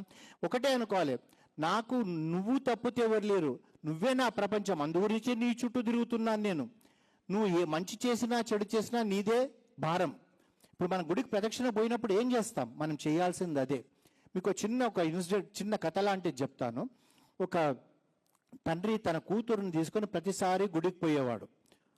ప్రతి శుక్రవారమో లేదా ప్రతి శనివారమో ఇలా వెళ్ళేవాళ్ళు, ప్రదక్షిణ చేసేవాళ్ళు. ఒకరోజు అమ్మాయి కొద్దిగా పెరిగిన కొద్దీ బుద్ధి వికసించినప్పుడు ఒకరోజు అంటుంది, నాన్న నన్ను నెక్స్ట్ టైం నుంచి నన్ను గుడికి తీసుకురాకు, ఎందుకంటే నాకు ఇక్కడ రావడం ఇష్టం లేదు. అంటే ఏమైందమ్మా అంటాడు. అంటే చూడు నాన్న, అక్కడ చూడు, వాళ్ళు అక్కడ గుళ్ళో కార్నర్లో ముచ్చట పెడుతున్నారు. ఇంకో పక్కన చూడు, ఆ కాలేజ్కి నుంచి డుమ్మ కొట్టే అబ్బాయి అమ్మాయి ఆ చెట్టు కింద ముచ్చట పెడుతున్నారు. ఇంకోరు చూడు సెల్ ఫోన్ మాట్లాడుతున్నారు, ఇంకొకరు ఇంకేదో మాట్లాడుతున్నారు. ఇవి గుడికి వస్తారు ఎందుకు, నేను రాను అంటారు అనమాట. అంటే సరేనమ్మా, కానీ నువ్వు నెక్స్ట్ వీక్ మాత్రం ఒక్కసారి రా, ఆ తర్వాత నువ్వు మళ్ళీ ఇక గుడికి రాకంటాడు. ఆ గుడికి వచ్చినప్పుడు ఏం చేస్తాడంటే ఒక మూకుడు లాంటి దాంట్లో ఆయిల్ నెయ్యి పల్చగా చేసి పెడతాడు. పెట్టి అమ్మ నువ్వు లాస్ట్ టైం గుడికి రావడము నువ్వే అన్నావు కదా ఇంకా రానని చెప్పేసి, నువ్వు గుడికి ఇది లాస్ట్ టైం కనుక ఈ మూకుడులో ఉన్న నెయ్యితోటి 3 ప్రదక్షిణాలు చేయి, ఒక్క డ్రాప్ కింద పడకూడదు అంటాడు. అనేటప్పటికీ ఈ అమ్మాయి కూడా ఏమనుకుంటుంది, ఈ నెక్స్ట్ వీక్ నుంచి నాకు ఈ దరిద్రం ఉండదు, ఇవన్నీ చూడడం, ఇంట్లోనే ప్రార్థన చేసుకుంటాను అనుకొని చాలా జాగ్రత్తగా ప్రదక్షిణ చేస్తుంది. అంటే ఒక్క డ్రాప్ కూడా పడదు. 3వ ప్రదక్షిణ అయినాక ఆ మూకుడు తీసి తండ్రికి ఇస్తే అతను ఏం చేస్తాడు, వెళ్ళి అర్చకుడికి ఇచ్చి స్వామి మీరు దీపానికి వాడండి అంటాడు. బయట అక్కడ గుళ్ళోనే ఒక దగ్గర కూర్చున్నాక అడుగుతాడు, అమ్మ ఇవాళ నీకు ఎవ్వరు కనబడలేదా? సెల్ ఫోన్లో మాట్లాడే వాళ్ళు, అమ్మాయి అబ్బాయి మాట్లాడుకునే వాళ్ళు, అత్తగారి మీద కోడల మీద అత్తగారు మాట్లాడకని వెళ్తే, ఏమో నాన్న నేను చూడలేదు, నా దృష్టి అంతా కూడా దీని మీదనే ఉందన్నారు. అంటే ఈ మన దృష్టి కూడా ఆ గుడిలోకి వెళ్ళినప్పుడు ఆ పరమేశ్వరుడి మీదనే ఉండాలి, లేదా ఆ శ్రీహరి మీదనే ఉండాలి. అంతేగాని మనం చూడండి, ఇంకొక మీకు మన సైకాలజీ గురించి చెప్తాను. మనం తిరుపతికి వెళ్తామండి, ఆ 300 రూపీస్ టికెటో 10,000 రూపీసో ఏదో కొంటాం. కొన్నాక మనం దర్శనం గురించి ఆలోచించాం. మనకు ఫస్ట్ అకామిడేషన్ దొరకదా? సరే అకామిడేషన్ దొరుకుతుంది. దొరికిన వెంటనే నేను చాలా మందిని చూశాను, ఫస్ట్ వెళ్ళి బాత్రూంలో చూస్తారు శుభ్రంగా ఉన్నారా లేదా. అరే మీరు అక్కడ పోయి కాపురం పెడతలేరు, మీరు అక్కడ 2 సంవత్సరాలు ఉండలేరు, 1 సంవత్సరం ఉండలేరు, ఒక్కరోజు ఒక్క రాత్రి నీ దృష్టి అంతా ఎట్లా ఉండాలి? వెంటనే నేను స్నానం చేసేసి ఆ వైకుంఠ క్యూ కాంప్లెక్స్లోకి వెళ్ళిపోయి నా స్వామిని దర్శనం చేసుకోవాలనుకుంటాం. అక్కడ పోయినాక కూడా బయటకు వచ్చినాక నన్ను తోసేశారు, నాకు అది ఇవ్వలేదు, నాకు లడ్డు ఇవ్వలేదు, నీకు పాయసం ఇచ్చారు, ఇవి మనం కామెంట్ చేస్తున్నాం. మనం అంత దూరం పోయేదేంది? ఆ క్షణం కొరకు ఆలోచించాలి. దాని గురించే మోటివేషనల్గా మనకి ఎన్నో కథలు ఉన్నాయండి. ఒక గుళ్ళో ప్రతి వారం కూడా ఒక కళ్ళు లేని వ్యక్తి వచ్చి అతను ప్రదక్షిణ చేసి అక్కడ స్వామి దగ్గర నిలబడిపోతాడు. అతనికి కళ్ళే లేవు. అయితే ఇట్లనే నాలాంటి వాడు ప్రతి వారం నేను కూడా పోయి ప్రదక్షిణ చేసుకున్నాక ఒక రోజు క్యూరియాసిటీ కొరకు అనుకోండి, లేకపోతే అతన్ని కించపరచడానికి అనుకోండి, నేను అతని దగ్గరికి వెళ్ళి, నువ్వు ప్రతి వారం వస్తున్నావు కదమ్మా, నీకు కళ్ళే కనబడవు, నువ్వు స్వామిని ఎట్లా దర్శనం చేసుకుంటావు అంటే అతను అంటాడు, నేను చేసుకోకపోతే ఏముందండి, స్వామి నన్ను చేసుకుంటున్నాడు, నాకు ఇది చాలు అంటాడు. అది మనలో పెంచుకోవాలి. స్వామి మనల్ని చూస్తున్నాడా లేదా? ఆ గుడి చిన్నదే కావచ్చు, పెద్దదే కావచ్చు. మనం ఎలా అయిపోయామంటే ఒక పిచ్చి పట్టినట్టు అయిపోతున్నాం మనం. అంటే అన్ని గుళ్ళు ఒకటే, క్షేత్రంలో దాని యొక్క వైబ్రేషన్స్ ఉంటే మనకు కావాల్సిందే. ఇప్పుడు మనం ఇక్కడనే పక్కనే బల్కంపేట ఎల్లమ్మ గుడి ఉంది. ఆదివారం వచ్చిందంటే పొలోమని పోతారు, కానీ మన ఇంటి పక్కన ఉన్న మైసమ్మ గుడికి పోవడానికి మనకు పోం, ఎందుకంటే అక్కడ లేదు, అమ్మవారు ఇక్కడే ఉందనుకుంటున్నాం. అక్కడే మనం పొరపాటు చేస్తున్నాం. నువ్వు ఇక్కడ వచ్చి లలిత సహస్రనామం చదివే బదులు మీరు నలుగురు ఇక్కడ మైసమ్మ గుడిలో లలిత సహస్రనామం చదివితే ఆ అమ్మకు కూడా ఆ శక్తి వస్తుంది. ఆ గుడిలో శక్తి రావడానికి కారణం ఏంది? పూజలు చేయడం వల్లనే. అంతేగాని పైనుంచి ఇట్లా వచ్చేసేసి మనకు సినిమాలలో చూపెట్టినట్టు కాదు. మన ఇల్లే ఒక క్షేత్రం కావాలి. మన ఇంటి క్షేత్రం ఎట్లయితుంది? మనం పూజా గదిలో కూర్చొని మనం యొక్క ప్రార్థన వల్లనే అది క్షేత్రం అవుతుంది. సరే, మనకు అందరికీ తెలిసిందే, అందరికీ ఒక పూజా గది అవకాశం ఉండదు. 2 బెడ్రూమ్ ఫ్లాట్, 3 బెడ్రూమ్ ఫ్లాట్ ఉంటుంది. మన ఇంట్లో మధ్యలో కూర్చొని మీకు తోచిన నామస్మరణ చేయండి. నామ సంకీర్తన ఎంత చేస్తే అంత సరిపోతుంది. మీకు చిన్నగా చెప్తానండి, మీరు ప్రతిరోజు రామాయణం చదవాలంటే చాలా మందికి వీలైతుంది, వీలు కాదు. నామరామాయణం అని ఉంటుంది. 108 స్టాంజాస్లో 7 కాండాలు అయిపోతాయి. 10 నిమిషాలు పడుతుంది. 108 స్టాంజాస్ చిన్నగా ఉంటుంది. శుద్ధ బ్రహ్మ పరాత్పర రామ అని అది చదివితే సరిపోతుంది. 10 నిమిషాలలో అయిపోతుంది. రామాయణం చదివిన పుణ్యం వస్తుంది. ప్రతిరోజు ఒక 10 సార్లు శ్రీరామ శ్రీరామ అని రాయండి. మనకు అది కూడా సరిపోతలేదు. మనం ఎంత సమయాన్ని వృధా చేసుకుంటున్నాం. అజమీనుడు అని చెప్పేసి దీంట్లో ఒక కథ ఉంది. ఒక సద్బ్రాహ్మణుడు, ఇందులో అన్ని ఇవే కథలు ఉంటాయండి. సద్బ్రాహ్మణుడు ఏమంటే అతనికి లేక ఒక 2 కొడుకులు పుడితే ఒక కొడుకు చనిపోతాడు, ఒక కొడుకు ఉంటాడు అజమీనుడు అని. అతని ఇది మనకు భాగవతంలో కూడా వస్తుంది. ఈ అజమీనుడు పెరిగిన కొద్దీ గారాభంలో పెరిగేటప్పటికి వాడికి అన్ని తప్పుడు అలవాట్లే వస్తాయి. వచ్చేం చేస్తాడంటే వీళ్ళ ఇంట్లో ఉన్న ఒక పని మనిషితోటే సంపర్కం పెట్టుకొని ఆ అమ్మాయిని పెళ్లి చేసుకుంటాడు. పెళ్లి చేసుకుంటే ఈ తల్లిదండ్రులు ఇలాంటి కొడుకుని కన్నామేమనమని చెప్పి వాళ్ళు చనిపోతారు. ఒకరోజు ఏమవుతుందంటే ఈ అమ్మాయి అయితే వీడి భార్య ఎవరైతే పని మనిషి ఉంటుందో చెట్టు మీద ఎక్కేదో తెంపడానికి పోయి ఎక్కి కింద పడి చనిపోతుంది. చనిపోయిన తర్వాత వీడికి ఎలా అయిపోతుందో అంటే వాడికి ఎవ్వరు కనబడరు. ఒక స్త్రీ కావాలంతే. చిన్న వయసుదా పెద్ద వయసుదా అని కాదు. కథలో ఎంత దుర్మార్గంగా ఉంటుందో అంటే కూతురుతోటే వాడు సంపర్కం ఏర్పరచుకున్న తర్వాత వాడికి 2 పిల్లలు పుడతారు, మగ పిల్లలు. అందులో వాడికి ఒక కొడుకు చనిపోతాడు. ఒక కొడుకుకు నారాయణ అని పేరు పెడతాడు. పెట్టిన తర్వాత వీడి వయసు పెరిగిపోతుంది. తర్వాత మనకేమవుతుంది? 60, 65, 70 లేకపోతే 80కో ఎప్పుడో ఒకప్పుడు మన గమ్యం చేరడానికి ఆ సమయం వస్తుంది. ఇతను వచ్చేటప్పటికి యమదూతలు వస్తుంటే భయపట్టి ఏం చేస్తాడంటే నారాయణ నారాయణ నారాయణ రక్షించు రక్షించు అంటాడు. అంటే కొడుకుని పిలుస్తున్నాడు. అయితే ఈ కొడుకు నారాయణని పిలుస్తుంటే ఆ కొడుకు వచ్చే లోపలే యమదూతలు వీని ప్రాణం తీసేస్తారు. యమదూతలు ప్రాణం తీసేయగానే ఏమిటంటే విష్ణుదూతలు వస్తారు. వచ్చి వాళ్ళు ఏమంటారంటే వీడిని మేము తీసుకుపోవాలంటారు. వాళ్ళంటారు వీలాంటి దుర్మార్గుడు ఒక మనిషితో సంపర్కం ఏర్పరచుకున్నాడు, కూతురుతో పెట్టుకున్నాడు, వీడిని నువ్వు తీసుకుపోవడం ఏందంటారు. లేదు, మా స్వామి చెప్పాడు వీడిని తీసుకురావాలంటారు. అనేటప్పటికీ ఎందు గురించి అంటే చనిపోయేటప్పుడు నారాయణ అనే నామం పలుకుతే చాలు నీకు వైకుంఠం ప్రాప్తి జరుగుతుందని. అంటే వాడికి తెలియక ఒక్కసారి నారాయణ 3 సార్లు అంటేనే వాడికి వైకుంఠ ప్రాప్తి అయితే ఈరోజు మనం అంతా తెలుసుకొని మనమేం చేయాలి? అందుగురించి పెద్దలు ఏమంటారంటే మనం నిద్రపోయి రేపొద్దున సూర్యోదయం చూస్తామో చూడమో తెలియదు. అందుగురించి పడుకునేటప్పుడు 7 సార్లు ఓం నమ శివాయ ఓం నమ శివాయ అని 7 సార్లు అనుకోవాలి. లేచిన వెంటనే ఒక 11 సార్లు శ్రీహరి శ్రీహరి శ్రీహరి అని అనుకుంటే చాలు మనకు. ఎందుకంటే లేచిన తర్వాత మళ్ళీ రాత్రి వరకు మనం ఉంటామో ఉండమో తెలియదు. మనకి ఇవన్నీ నేర్పించారు, కానీ మనం ఇవన్నీ కూడా చేస్తున్నామా చేస్తలేమా అంటే మనం ఒకరికొరకు కాదు. ఇంతకుముందు నేను చెప్పినట్టు తిరుపతికి వెళ్ళి నా కొరకే నేను ప్రార్థన చేసుకుంటున్నాను కనుక నేను చెయ్యాల్సిందే. నేను చేయలేను అనుకోండి ప్రారంధం అనుకోవాలి. ఎందుకంటే ఇప్పుడు మనం వంట వండినప్పుడు అందులో కారం ఎక్కువ వేసినా నేనే తినాలి, ఉప్పు ఎక్కువ వేసినా నేనే తినాలి, సమపాలలో రుచిగా చేసుకున్నా నేనే తినాలి. నేను ఆలోచించుకోవాల్సింది ఏంటంటే రుచిగా చేసుకొని నా జీవితాన్ని సక్రమంగా పెట్టుకోవాలా, లేదా ఇవన్నీ పిచ్చిగా చేసుకొని నా జీవితాన్ని పాడు చేసుకోవాలా? దానికి అంతటికి ఏంటంటే మనకి ఈ యొక్క మన ఎంత అదృష్టం ఉంటే మనం సనాతన ధర్మంలో పుట్టాం. ఇప్పటికీ మీరు ఆలోచించుకోండి, ఈ విశ్వంలో ఎన్నో మతాలు ఉండొచ్చు. ఈ సనాతన ధర్మంలో ఉన్న మతం ఏంటి? మతం కాదు, మన సనాతన ధర్మం. ఇందులో మనకు అడుగడుగున మంచే నేర్పిస్తుంది, అడుగడుగున మనకు చేస్తుంది. మనం చూడండి, మనకి ఇన్ని పండుగలు ఎందుకండి అని అనొచ్చు మీరు. కానీ ప్రతి పండుగ వచ్చే ముందర మన ఇల్లు శుభ్రపరచుకుంటాము, మనం శుభ్రపడతాము, మనము ఇంటి ముందర మనం ముగ్గులు వేసుకుంటాము, తర్వాత స్వామికి పూలతో అలంకరించుకుంటాం. పూలతో అలంకరించుకున్నప్పుడు కూడా మనకేంటిది? మనకు ఆ యొక్క ఆనందం పొందుతాం. అంతేకాకుండా మనకి ఎవరికైనా సరేనండి ఇప్పుడు ఎవరైనా గురువులు మీకు ఏదైనా మంత్రోపదేశం చేశారనుకుందాం, పంచాక్షరి కావచ్చు, అష్టాక్షరి కావచ్చు. మీరు ఎప్పుడు గుర్తుపెట్టుకోండి, పంచాక్షరి అష్టాక్షరి ఎవరైనా గురువులు ఇస్తే అవి అక్షరాలు కావు, ఒక దేవతనే మీకు ఇస్తున్నారు, ఒక దేవుణ్ణే మీకు ఇస్తున్నారు. మీరు దేవుడు దేవతను మీకు ఇచ్చినప్పుడు మీరు ఎలా ప్రవర్తించాలి? మీకు పుట్టిన బిడ్డ పుడితే మీరు ఎంతగా ప్రేమతో పెంచుతారో ఆ దేవతను కూడా ఈశ్వరుడు కావచ్చు, నారాయణుడు కావచ్చు, కృష్ణుడే కావచ్చు, ఏ మంత్రమైనా సరే దాన్ని మనం అంతగా పెంచుకోవాలంటే ఏంది? మనం అనుక్షణం కూడా నామస్మరణ చేస్తూ ఉండాలి.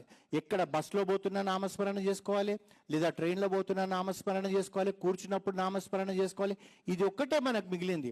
అందు గురించి ఏమంటారంటే, మీకు భాగవతంలో పరీక్షిత్ మహారాజుకు శాపం పెడతారు, నిన్ను తక్షకుడు 7వ రోజు నిన్ను కాటేసి చంపేస్తాడని. అతను దిగులు పడిపోతాడు, ఇంకా నేను బతికేది 7 రోజులే, నేను ఇంతవరకు అంటే అంతవరకు అతను మంచి చేసినా కానీ ఇంకా నేను ఎక్కువ ఉంటానేమో, ఇంకా మంచి చేయాలనుకున్నాను, నేను అప్పుడే చనిపోతానా అనుకుంటాడు. శుక మహర్షి వస్తే అతనితో అంటాడు, స్వామి నేను 7 రోజులే బతుకుతాను, ఈ 7 రోజుల్లో నన్ను ఏమి చేయగలుగుతానంటాడు. పిచ్చివాడ, 7 రోజులు నీకు ఎక్కువ, ఒక్క గడియ చాలు అని భాగవతంలో కూడా ఈ అజమీనుడు కథ చెప్పి, నారాయణ అంటే నీకు జీవితం మోక్షం కలుగుతుంది. 7 రోజులలో నువ్వేం నేర్చుకుంటావంటే భాగవతం అంతా కూడా సప్తాహంలో నేర్పిస్తారు. ఆ విధంగా మనం ప్రతిదీ నేర్చుకోవాలండి. మన జీవితం మన కొరకే, మనతో పాటు వచ్చేది ఏది రాదు. మనం వెళ్ళిన రోజు మనతోటి వచ్చేది ఎవ్వరూ రారు. మనతో మనం వెళ్తున్నప్పుడు, ఆ స్వామి మనల్ని తీసుకుపోతున్నప్పుడు మన మంచి చెడు మాత్రమే మనకు వస్తుంది. మంచి చేయడానికే మనం ప్రయత్నం చేయాలి. చిన్నగా చేయండి, పెద్దగా చేయొద్దు. మా గురువులు జగద్గురువులు శృంగేరి శంకరాచార్యులు శ్రీ భారతీ తీర్థ మహాస్వామి వారు మాకు ఎప్పుడు ఏం చెప్తారంటే, ఒక మంచి చేయి అంటే, నాలాంటి వాడు గురుగారు మంచి అంటే ఏం చేయాలి, నా దగ్గర డబ్బు లేదు ఏం లేదంటాను. అంటే మీరు డబ్బు లేకున్నా పర్వాలేదు, నేను ఇలా బయటికి వెళ్ళాను అనుకోండి, ఒక వ్యక్తి వచ్చి సార్ మైత్రివనం ఎక్కడ పోవాలంటే ఇలా పోయి లెఫ్ట్కి పొండి మైత్రివనం వస్తుందని చెప్తే అది మంచిది. ఈరోజు మన మంచి పని అదే. నాకు తెలియకపోక మీరు ఇలా పొండి అలా పొండి ఆ గురుద్వారా నుంచి పొండి అని నేను తప్పు దోవ చూపెట్టాను అనుకోండి, అది నాకు పాపం కిందనే వస్తుంది. నాకు తెలియదండి, ఇంకొక వ్యక్తిని అడగండి అంటే కూడా మంచి. ఒక చిన్న దారి చూపెట్టండి, ఒక గ్లాస్ మంచినీళ్ళు దాహం తీర్చండి, అదే మంచితనం. మనం ఒక గుడికి పోతాం, చాలా మందిని మనం చూస్తుంటాం, మీరు కూడా ఎప్పుడైనా అబ్జర్వ్ చేస్తుంటారు, గుడి దగ్గర యాచకులు ఉంటారు. ఆ యాచకులు ఎవరండి? మన ఇంటికి వచ్చి ఒకరు పొద్దున్నే అడుగుతారు, అమ్మా కొద్దిగా అన్నం వేయండి అని. యాచకుడు కాదు, ఆ యాచకుడు మనకు గురువు లాంటి వ్యక్తి. అతను మనకు వచ్చి ఏం చెప్తున్నాడంటే, అయ్యా పూర్వజన్మలో నేను ఎవ్వరికీ ఏమీ పెట్టలేదు, ఈరోజు నేను ఆకలితో అలమటిస్తున్నాను. పూర్వజన్మలో నువ్వు పెట్టావు, మళ్ళీ నువ్వు ఇప్పుడు ఇచ్చే చెయ్యి నీది, పుచ్చుకునే చెయ్యి నాది. నువ్వు ఈ జన్మలో కూడా ఇచ్చావు అనుకో, మళ్ళీ వచ్చే జన్మలో కూడా ఇచ్చే నీకు శక్తి వస్తుందని చెప్తున్నాడు. ఒక యాచకుడిని గురువుగా భావించండి. మనం ఏం చేస్తాము, గుడి దగ్గర పోయినప్పుడు మెట్ల మీద యాచకులు ఉంటే అతనికి మనం ఒక 10 రూపాయి కాయినో ఏదో ఇలా దూరంకించి విసిరివేస్తాం. అలా చేయకండి. మనం దగ్గర పోయి, అయ్యా ఇది తీసుకొని ఇవ్వండి. అతని లోపల, అతని కళ్ళల్లో చూడండి ఎంత సంతోషం ఉంటుందో. మనం ఇలా పడేస్తే అతని మనసు చివుక్కుమంటుంది, ఈశ్వర నాకు ఈ జన్మిచ్చావు, ఇచ్చేవాడేమో నా మొహం మీద రూపాయి కొడుతున్నాడు అనుకుంటాడు. మీరు ప్రేమతో ఇవ్వండి, అంతేకాకుండా సిగ్గుపడుతూ ఇవ్వండి. ఈశ్వర నాకు 1 రూపాయి ఇచ్చే శక్తి ఇచ్చావయ్యా, నాకు 10 రూపాయలు ఇచ్చే శక్తి ఇచ్చినుంటే ఈ 10 మందికి ఇచ్చేవాడిని కదా అని సిగ్గుపడి ఇవ్వాలి. మనకు భగవంతుడు ఇచ్చిన ఈ జన్మను మనం పూర్తిగా మన స్వార్థం కొరకు కాకుండా మనం వీలైనంత మటుకు ఒకరితో పోటీ పడకూడదు. అతను తిరుపతిలో 1 కోటి రూపాయలు అన్నదానంకి ఇచ్చాడు, సంతోషం. మనం 1,000 రూపాయలే ఇస్తాం. అందుగురించి తిరుపతి గురించి ఏమంటారంటే, తిరుపతిలో మీరు కందిపప్పు ఒక్క బద్ద, కందిపప్పు ఉంటుంది కదా, అందులో ఒక్క బద్ద అంటారు మనల్ని. ఆ ఒక్క బద్ద అక్కడ నువ్వు ఎవరికైనా దానం చేస్తే కొన్ని మీ యొక్క వంశానికి భోజనానికి ఏమీ లేదంటారు. అంటే ఒక బద్దకు మనం ఏంటది, మనం పోయి అక్కడ 100 రూపాయలు అయితే అన్నదానంకి వెళ్ళాం. మన జీవితంలో కనీసం ఒక 5,000 అయితే అన్నదానం ట్రస్ట్కి కట్టవచ్చు. పోనీ అక్కడే ఎందుకండి అనుకుంటే, ఇక్కడే ఏదైనా గుడి దగ్గర కట్టండి, సంవత్సర కాలం వాళ్ళకి ఏదన్నా ఇస్తారు. ఇది మనం నేర్చుకోవాలి. అన్నిటికన్నా ముఖ్యము, మనకి జన్మ ఇచ్చినందుకు ఇలాంటి కార్యక్రమాలలో మనం పాల్గొని మనకు వీలైనంత మటుకు మంచి చేస్తూ పోవాలి. దీపం వెలిగించడం వల్ల దారి చూపెట్టిన వాళ్ళం అవుతాం. ఆ దారి చూపెట్టడానికే ఈ దీపం గురించి మనకు చెప్తున్నారు. ఇదొక్కటే కాదు, మనకి ఇందులో కార్తీక మాసం పురాణాల్లో చెప్పేదంతా కూడా ఏంటంటే, నామస్మరణ, స్నానము, జపము, దీపము, దీపదానము, తర్వాత మనం వీలైనంత మటుకు ఎవరికైనా ఇక్కడ మనకి ఎంత వస్తే అంతే ఇవ్వండి, ఎక్కువ కాదు. ఇంతకుముందు చెప్పినట్టుగా ఇక్కడ అమ్మలందరూ ఉన్నారు. మీరు రేపటి నుంచే మీరు భోజనం మీ ఇంట్లో వాళ్ళకు వండేటప్పుడు పిడికడ బియ్యం తీసుకొని పక్క డబ్బాలో వేయండి. వారానికి కేజీ అవుతుంది. దాన్ని పులిహోర చేయండి, సాంబార్ రైస్ అన్న చేయండి, మజ్జిగ రైస్ అన్న చేయండి. ఒక నలుగురికి పెట్టండి. మాకు ఇక్కడ ఎవ్వరు లేరండి, గుళ్ళు దగ్గర లేవండి అంటారు, పర్వాలేదు. అక్కడ రోడ్డు మీద ఉన్న ఒక కుక్కకు పెట్టండి, చాలు. అది ఆ కాలభైరవుడే మనల్ని రక్షిస్తాడు. ప్రతి దాంట్లో మనకున్న అవకాశం ఏంటంటే, ఇంతకుముందు నేను చెప్పాను కదా, అంబరీషుడిని దుర్వాస మాముని ఏమంటాడంటే నానా యోనులలో నువ్వు పుడతావంటాడు. శ్రీ మహావిష్ణువు ఏమంటాడంటే నా భక్తుడికి ఆ శాపం తగలదు, నాకు తగులుతుంది అని చెప్పి తను ఒక చేపగా పుట్టాడు, తను ఒక కూర్మంగా పుట్టాడు, తను ఒక పందిగా పుట్టాడు, తర్వాత మానవుడిగా పుట్టాడు. అందుగురించి మన లోపల ఉన్న మన సంస్కృతిలో ఉన్న గొప్పతనం ఏంటంటే, ఒక కుక్కను చూస్తే కాలభైరుడిగా భావిస్తాం మనం, ఒక చేపను చూస్తే శ్రీ మహావిష్ణువుగా భావిస్తాం మనం. ఇది మనకు జన్మకు ఈశ్వరుడు ఇచ్చిన అవకాశాన్ని, ఈ అవకాశాన్ని సద్వినియోగపరచుకుందాం. నాకు ఈ అవకాశం ఇచ్చి ఈ 4 మాటలు చెప్పడానికి నాకు సమయం ఇచ్చినందుకు మీ అందరికీ కూడా కృతజ్ఞతలు. జై శ్రీరామ్.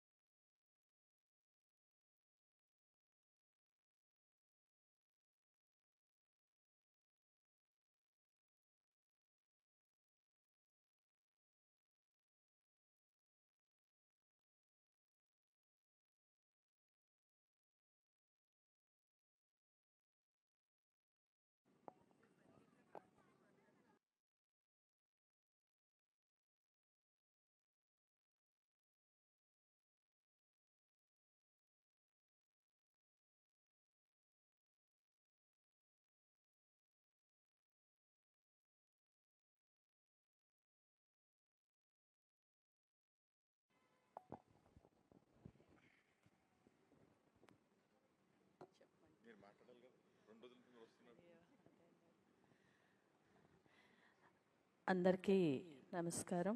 అలాగే సాష్టాంగ భగవంతుడే మనకి ఇక్కడ వచ్చి మనకి నేర్పుతున్న ఏదైతే ఉన్నదో, ఇప్పటి వరకు గురువుగారు చెప్పిన మాటలు, ప్రవచనాలు ఎప్పుడూ కూడా మనం మర్చిపోకూడదు.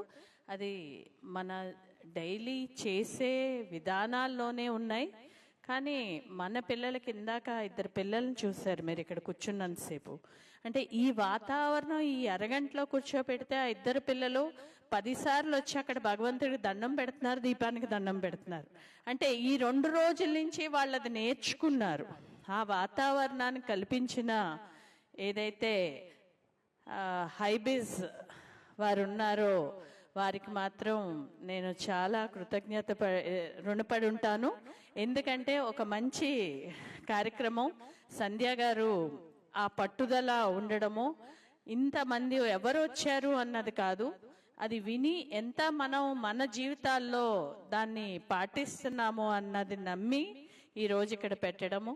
ఖచ్చితంగా ఈసారి గురువు గారు చెప్పినట్టు మనం మంచి చేయడానికి ఏమి దారులు ఉన్నాయో ఆ దారులన్నీ కూడా మన చిన్న ప్రయత్నంతో, రోజు ఒక సంవత్సరానికి ఒక మంచి పని చెయ్యాలి అని మనం పెట్టుకుంటే మన జీవితంలో మన పుట్టినరోజులు కానీ అవి వెళ్ళినప్పుడు ఎన్నో మార్పులు మనలోనే మనకు తెలియకుండా జరుగుతాయి అని అనుకుంటున్నాను. సో సంధ్య గారు చాలా థ్యాంక్స్. అండ్ హైబిస్ టీవీ వారందరికీ కూడా, మీడియా అన్నది ఎక్కువగా వేరే వేరే వాటికి ఉపయోగిస్తారు, కానీ ఈ హైబిస్ ఛానల్ వారు ఏదైతే ఆధ్యాత్మికంగా మన సనాతన ధర్మాన్ని మనం కాపాడుకోవాలి, ధర్మాన్ని కాపాడుకుంటే మనం బాగుంటామన్న ఉద్దేశంతో వారు చేయటం అనేది చాలా సంతోషకరం. ఈ అవకాశం నాకు కూడా ఇందులో పార్టిసిపేట్ చేసి ఆ భగవంతుడికి ఆశీర్వాదం నాకు రావటం నా అదృష్టంగా నేను భావిస్తున్నాను. అలాగే రవి గురువు గారు ఏదైతే మాట్లాడారో వారి ప్రవచనాలు కూడా టీవీలో వస్తూ ఉంటాయి, మీ అందరికీ తెలుసు.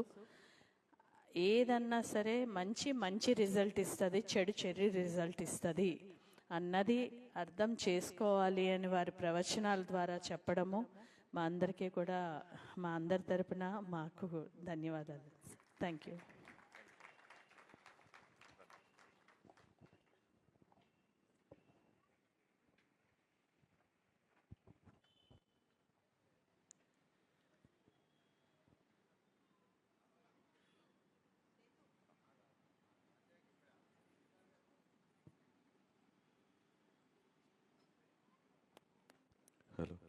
మరొకసారి చెక్కిల రాజేంద్ర కుమార్ గౌడ్ గురూజీ గారికి ఒక్కసారి అందరూ గట్టిగా చప్పట్లు కొట్టవలసిందిగా కోరుతున్నాము. సో కార్తీక పురాణ విశిష్టతను ఇంత గొప్పగా ఇంత మంచిగా ఎవరు చెప్పరు. సో ఇలా ప్రతిసారి మీ ఆశీస్సులు మాకు కావాలి sir. And thank you so much for coming. So భక్తులందరూ దయచేసి ప్రసాదాలు తీసుకోవాల్సిందిగా కోరుతున్నాము. సో అన్న ప్రసాదాలు ఉన్నాయి. సో దయచేసి అందరూ కూడా లెఫ్ట్ సైడ్ లో ఉన్న ప్లేస్కి వెళ్ళి ప్రసాదాలు తీసుకోవాల్సిందిగా కోరుతున్నాము. And thank you so much. మీ అందరూ కూడా చాలా చక్కగా ఎంతో ఓపికతో ప్రతిరోజు మమ్మల్ని సపోర్ట్ చేస్తూ చాలా చక్కగా అందరూ ఆనందంగా ఎంతో భక్తి శ్రద్ధలతో ఇక్కడ పార్టిసిపేట్ చేశారు. ఈ 3 రోజుల పాటు మాకు ఎంతో ఉత్సాహాన్ని అండ్ అలాగే ఇలాంటి కార్యక్రమాలు ఇంకా ఇంకా చేయడానికి ప్రోత్సాహాన్ని అందిస్తున్నారు. థ్యాంక్ యూ సో మచ్ అండి. Thank you so much. Ameerpet MCh grounds లో జరిగిన ఈ కార్యక్రమానికి ఎంతో చక్కటి రెస్పాన్స్ ఇచ్చినందుకు చాలా చాలా చాలా థ్యాంక్ యూ. మేడం మీరు ఒకసారి ఒక 2 లైన్స్ ప్లీజ్.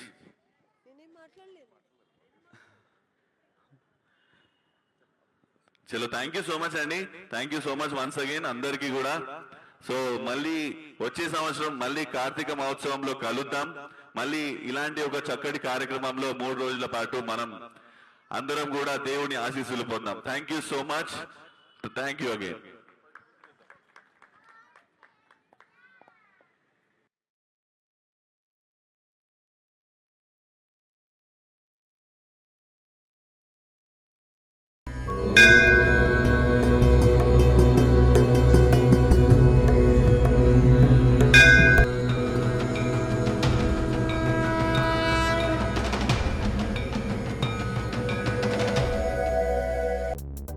మరిన్ని లేటెస్ట్ అప్డేట్స్ కోసం సబ్స్క్రైబ్ చేయండి.